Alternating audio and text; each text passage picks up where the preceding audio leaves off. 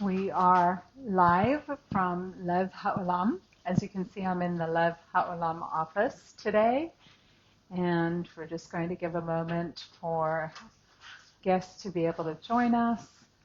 Hi, Brenda. Always so lovely to see our regular community joining us for the live. It's just wonderful. You can see, looking in the window behind me, it has the lights reflected in it. These are our office lights, but you can really see how the weather is changing, the season is changing.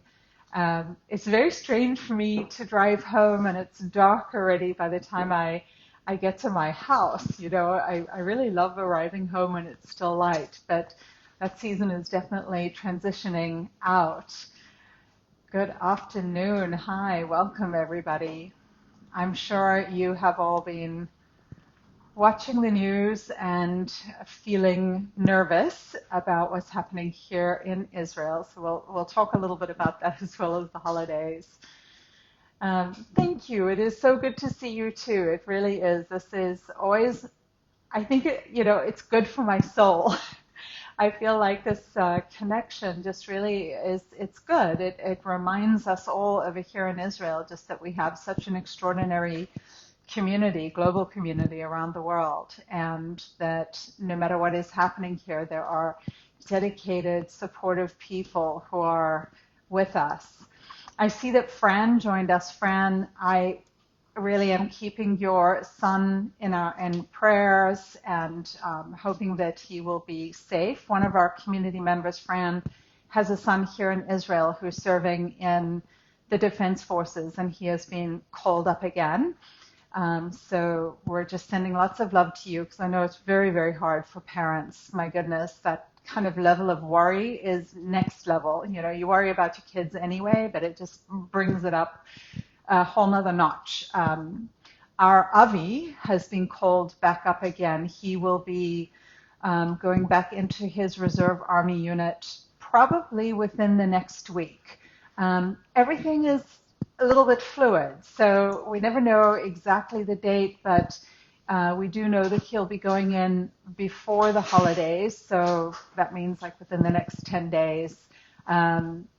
We're not sure if he's going to the southern border or the northern border because this is very definitely now a two-front war that we are in. So a lot happening in Israel, just a lot happening in Israel at the moment. To start, let's just talk a little bit about the last few days here because it definitely has been hectic. I spoke to my brother and, he's in the States and said, there's a lot of coverage in the news. I, of course, always worry about how the news tells the story of Israel because experience has unfortunately shown us that it tends to be very, very biased, which is so unfortunate because I certainly wish people would know that Israelis really, what we wish for is peace. I mean, not just for ourselves, for the whole region, so that we could all just focus on being productive and developing the land. So the last few days, there have been really an uptick of rocket attacks coming from Hezbollah in the north. Our army has been really doing very, very specific targeted strikes, the goal of which is just to dismantle the launch sites and also to dismantle some of the artillery that Hezbollah has. So this morning, I woke up and my red alert, which tells you where the alerts are happening, for Tel Aviv, they had an alert at 6:30 this morning. So I went in and I just printed that to just visualize for you what that looks like. So this image that you're looking at here, this down below part, this is the Tel Aviv area, and you'll see just above it also is a lot of red. That's another city called Netanya that's just above Tel Aviv. You can imagine how catastrophic it would be to have a ballistic missile hit Tel Aviv. It's a densely populated city. It's urban. It's just regular citizens. Here's the good news about this attack that happened in the morning. It was a ballistic missile that was fired from Hezbollah, but Israel used for the very first time a defense weapon that we have called David's sling. And I love the name because, King David, he really showed that it just takes something small to have a big result. But this was the first time that our military has used the David sling, and it was successful. So an enormous feeling of relief in Israel that it worked exactly as it was designed to work. And just we hope that it will continue to work where needed. So today, as I said, I went to print this because I wanted to just show it to you because I think it always helps to have the visual. And as I was doing that, this is simply during the 1 o'clock hour today because I went onto the alert system like just a little bit after 1 o'clock, and you can see that even just in 1 hour today, there was an enormous number of launches towards Israel. One of them, in fact, hit a care home in Sfat, which is in northern Israel. So there definitely is a feeling of, I guess, pressure, some anxiety. I can only speak for myself. I certainly feel some anxiety since Sunday, since seeing the number of rockets that have been heading towards Israel. My best friend lives in northern Israel, so she has 2 children who are under the age of 5, and she's had to scoop them up and run for the safe room multiple times. The kids came to her in the morning and said, that they were afraid. Can they get into bed with her? Of course, she gathered them into bed. But I have to say, I find this really very heartbreaking because these children are they're the children of my heart. I just adore them. I'm their aunt. I'm the one who loves them so much outside of their mom and dad. And just to know that they are growing up with this really hurts my heart in a big way. And unfortunately, it is the reality for Israel, and it's not a new reality. It's definitely a reality that we have lived with generations before me. As you know, I'm an Ola. I've been here 10 years. Everybody has been through it, and it's just something that you acclimate to on a certain level, but I think also on the other level, your body responds to the sound of an alarm. My friend was sharing with me her daughter was going potty and the alarm sounded and she was like, how on earth do I manage this to get her from the bathroom, keeping that a positive situation and then get her into the safe room. I mean, these are the small things that you have to calculate and think about. I remember, actually it's been 10 years ago, during Sukkot, which was a war that Israel was in 10 years ago, I met a young woman at a bus stop in Jerusalem. And we had quite a number of interceptions above Jerusalem, which is a little bit unusual. And so it was like the weather was booming, as we sort of jokingly say. There was a lot of like Iron Dome intercepting rockets, and it makes a very loud boom. You feel the shake.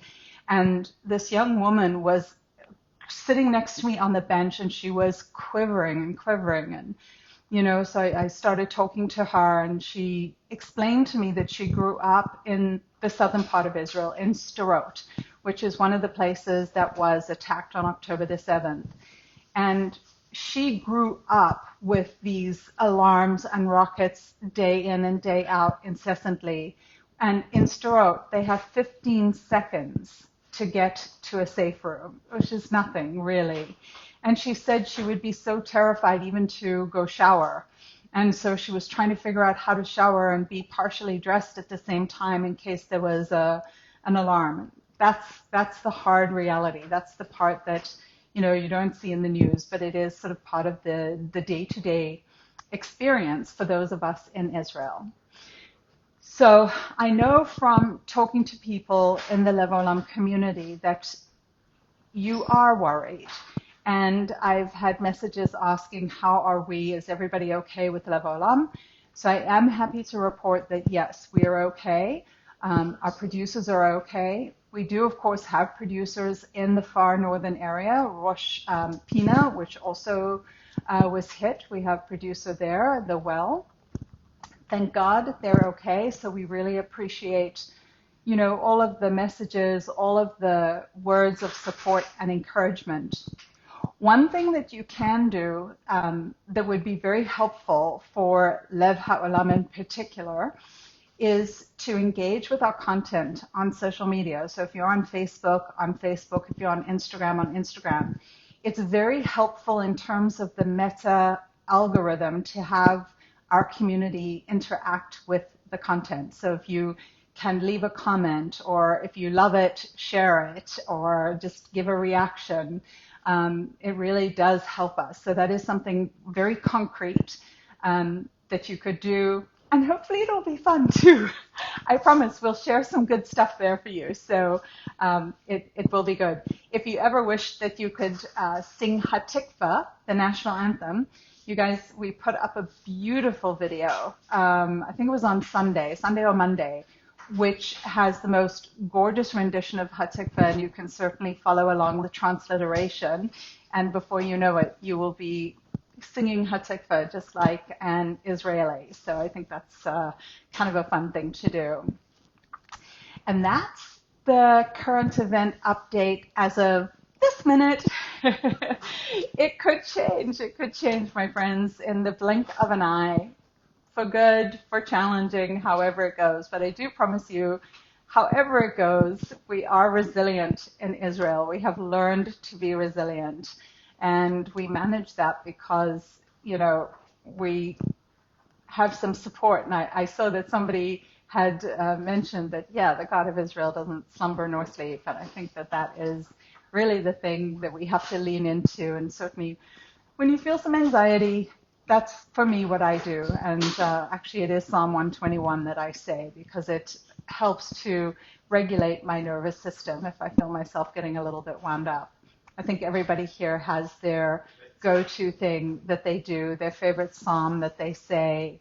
And it's very helpful. So I do invite you to join us, say a psalm. I know that many of you pray for Israel every single day. As I said that, Leah, I see your message that you pray for the peace of Jerusalem. And thank you for that, because it makes a difference. There's spiritual reality and then there's our physical reality. And so all of us can impact that spiritual reality by praying, by petitioning, and then physically by doing the physical things like interacting. If you have a lawmaker in your country, to write to them and let them know that you want them to support Israel. And that is the everyday news from here right now. I always feel like I look forward to sharing good news with you, and I know that I will. And today, David Sling was really great news for us in Israel. So I'm particularly very excited about that, and I hope that you are excited along with us. So it's crazy time, because also now we're coming up on the 1-year anniversary of the October 7th attack, which also I think is weighing heavily on everybody's hearts. The awareness that our hostages have been held in the most unimaginably awful conditions, and now for almost a year. So I just, I was talking to my landlord last night, and I said, how are the parents surviving this? How does anybody survive knowing that their loved one is in this situation? I honestly don't know. And I just know that for all of us, we have to keep on talking about the hostages, and we have to keep on praying for them, because God willing, they can feel this light and energy, even in the darkness that they're in and the deplorable conditions that they're in.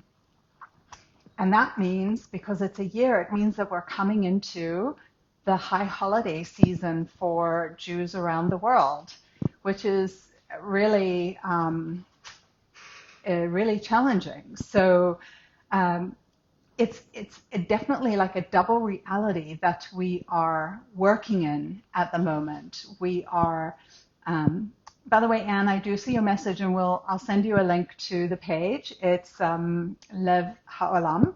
You could put that in the search bar and you'll find us, but I definitely will send you a link as well. But it really is a parallel existence at the moment, because on one hand, we're preparing for the holidays. And I mean, Rosh Hashanah, it's such a phenomenal holiday. It's a holiday that's filled with just so much hope and so much potential. In Israel, Rosh Hashanah is like a high travel holiday. People going from north to south and east to west to spend the holidays with their family and their friends.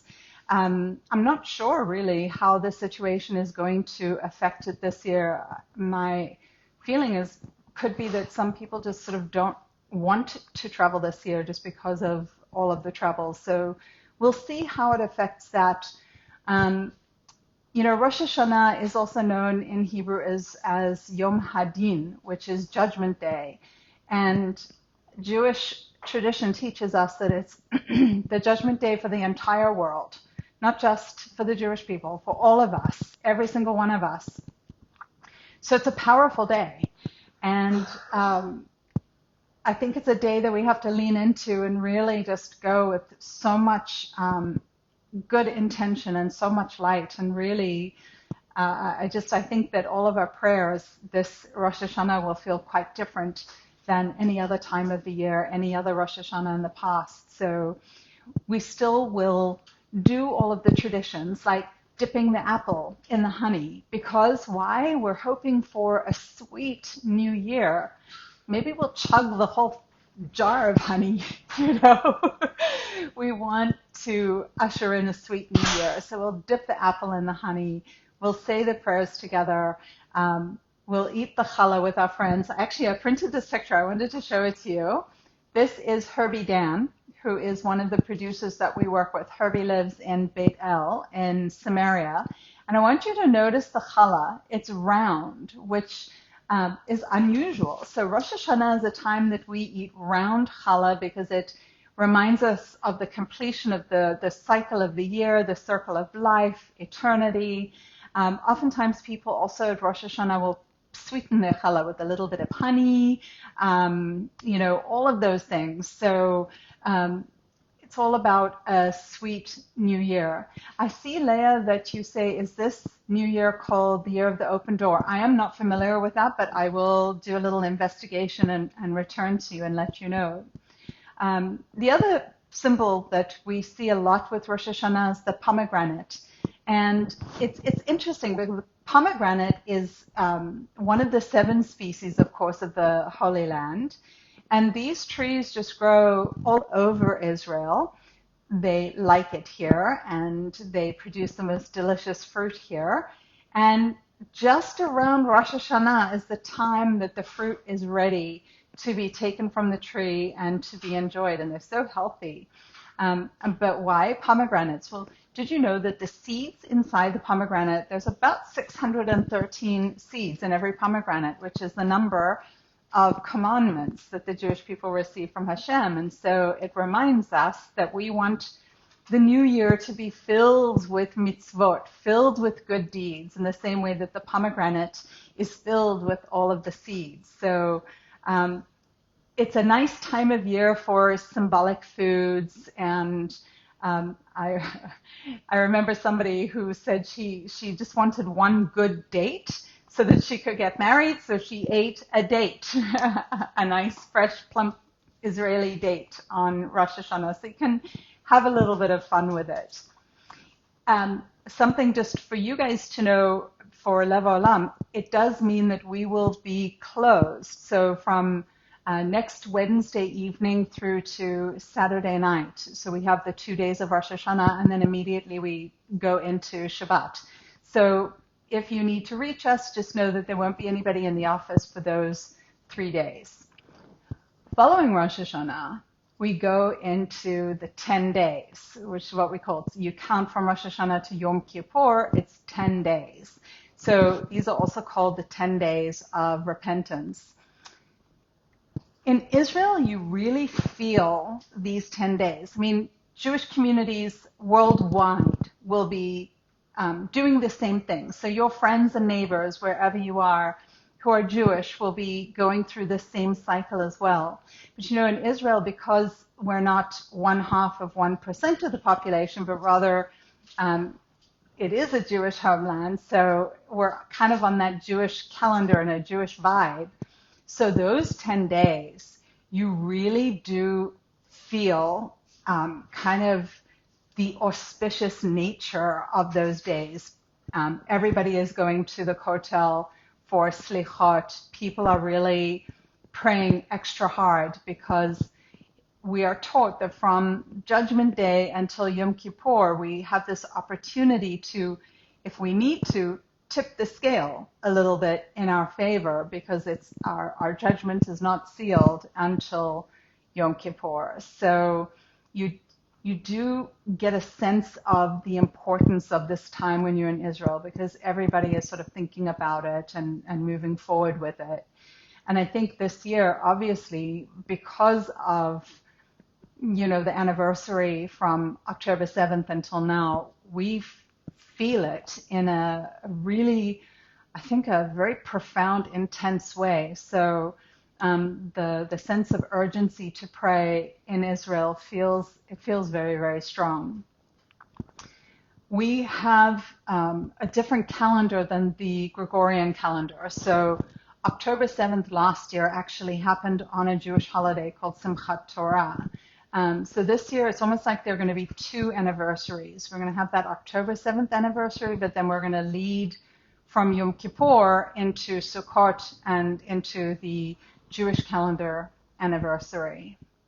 So Yom Kippur in Israel, without question, is the most incredible experience. It's the holiest day in the Jewish calendar, of course, an amazing day. We fast, we pray. It really is a deeply spiritual day. And the entire country, you guys, it's quiet.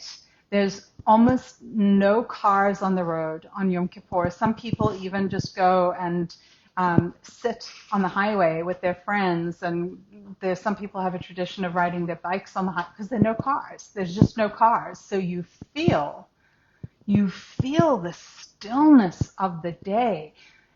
The quiet, the entire land is quiet, which is incredible when you think about it, because it just gives you this ability to enter into your prayers because there's no distraction. It's amazing. So I happen to really love Yom Kippur, so I'm looking forward to this day. I think it is the greatest gift that we have been given as human beings from our Creator to have this day. It's amazing.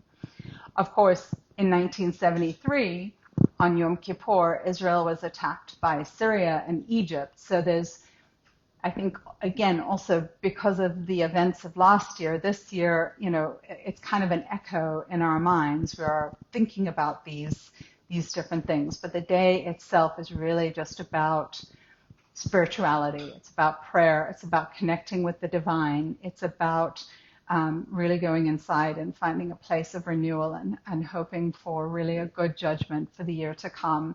And my goodness, you guys, don't we all just really want the entire world, to have a good judgment for a sweet new year? Please God, it will be so. And then, right after Yom Kippur is over, you start to hear sounds in Israel, and you hear the sound of hammers, because we go straight into preparing for Sukkot, which you may know as the Feast of Tabernacles. So, of course, this is the holiday where we remember the exodus from Egypt, and we remember the fact that for 40 years we were living in temporary dwellings. And Sukkot in Israel, I hope that you get a chance to experience it one day, because it's just amazing. You see all these little booths being built, even on tall apartment buildings, on these balconies. People build their Sukkot there. I am going to be going to the more religious neighborhood of Jerusalem, and I'm going to film the building of the sukkahs where I can find them. There's also this other thing that happens called it's like a pop-up shop, and these shops just pop up like flowers all over Israel, and the people there will be selling the etrog, which is the citrus fruit that's part of the 4 species that are shaken, I'm not sure the English, on Sukkot. People will be buying their lulavs, their fronds, and they are looking for just the perfect one. There's little shops that sell decorations for the sukkahs so that you'll be able to go there and buy decorations. It's just fun. And it only happens in this little teeny window of time. So I am going to be going and filming for you because I want you to, I just love it and I want to share it with you. I want you to see it. It's just magical. In addition to that, there's something else very magical that happens during Sukkot. Also happens during Passover. So only twice a year we have an event at the Western Wall, at the Kotel. It's called Birkat HaKohanim, which means the priestly blessing. You guys, it is unbelievable. And truly, people travel from everywhere in Israel to Jerusalem for Birkat HaKohanim. Some people even travel from outside the country to be able to be present for this blessing by the Kohanim, by the priests of Israel. And it's just amazing. It's absolutely amazing. And so I want to take you with me. And of course, we discovered we can't go live from the plaza. It just doesn't work. So now, welcome to our newest segment called Almost Live. I am going to go, and there's thousands and thousands of people. So I promise you, I'm going to be swimming through the people, but I am going to go, and I'm going to be the lady who's standing there with her cell phone, and I'm going to be filming it for you so that when it's over, I can get myself to a place with internet and I'll upload it straight away. So it will be almost live, and wherever you are in the world, when you wake up and you have your morning coffee, you can open the Lev Haolam page and it will be there. So if you haven't followed our page, definitely do that so you don't miss out, because this way it will also come into your feed. But it's amazing, and I'm very excited to be able to share that with you so that you'll be able to, no matter where you are in the world, experience it and feel the energy of this incredible, amazing event, Birkat HaKohanim. So we'll experience it together in a way, almost live. And Celeste, it is my pleasure. It really, honestly, nothing on earth makes me feel happier and more fulfilled than sharing Israel with you. Honestly, it really is true. I love this country so much. There's so much beauty. The people are so incredible. And I really want to share it with you because I think everybody who loves Israel needs to feel all of that. So as we end Sukkot, that's when we have the anniversary of Simchat Torah. And it's complex and it's complicated because Simchat Torah is probably one of the most joyful days in the Jewish calendar. It is the day that we celebrate the completion of the cycle of reading the Torah, and we begin the new cycle of reading the Torah. We read a portion every single week. It's called Parsha Shavua, the portion of the week. And Simchat Torah is that very joyful moment where we celebrate the completion of reading the Holy Torah. And part of that is in synagogues, again, all around the world, but Israel, because it is, a Jewish homeland, it's everywhere. People dance with the Torah. They hold it above their heads. They dance with children and sweets. And in Jerusalem, there are various places where they even dance out of the doors of the synagogue, and they'll dance in the streets. It's remarkable and beautiful and wonderful. I can't film it for you because it is a religious holiday, but that is the day that the attack happened last year. So you can see why it was such a difficult intersection of two extremes: extreme good, extreme positivity, extreme joy, with just the opposite of that colliding. So this year, I don't know, I think we're all going to be holding that in our souls and our hearts in some way as we go into Simchat Torah. But God willing, we're going to have a sweet new year. God willing, our whole region, not just Israel, our neighbors will have a chance to experience peace, have a chance to build something positive and beautiful in the new year. So our greeting on Rosh Hashanah is Shana Tova Ve'Metuka, which means that you should have a good and sweet new year. And I can't think of anything better to wish our Lev Haolam community. I wish for every single one of you that you have a Shana Tova Ve'Metuka, that it's a sweet and beautiful new year for you, wherever you are in the world, supporting and loving Israel, for us here in Israel, for our neighbors, and that it is a year then that we look back on and say, wow, who would have imagined that we could go from such a difficult year into such a beautiful year? It's possible. I do believe it. So from all of us in Israel, I just want to wish you Shana Tova Ve'Metuka. We won't have a live next week. In fact, you can see it's gone dark already behind me. So now that we're going into the darker season, we'll be doing lives every other week. So usually about 2 times a month. I will always post an announcement for you on Sunday. So you'll know when the week of the live is, because you'll see me saying, hey, it's alive, come join me. And of course, if there are other things in between that are amazing that happen, we've got Almost Live, and I will definitely always record those and let you know those too. And Celeste, thank you. As you blessed me to be inscribed for a good year, please God, you will also be inscribed for a good year. May we all be inscribed for a good year. So my friends, from all of us in Israel, thank you so much for being with us through this year. And I know that all of us are just going to bring a lot of light into the world. So bless you for that. Shana Tova Ve'Metuka. I'll see you soon. Bye.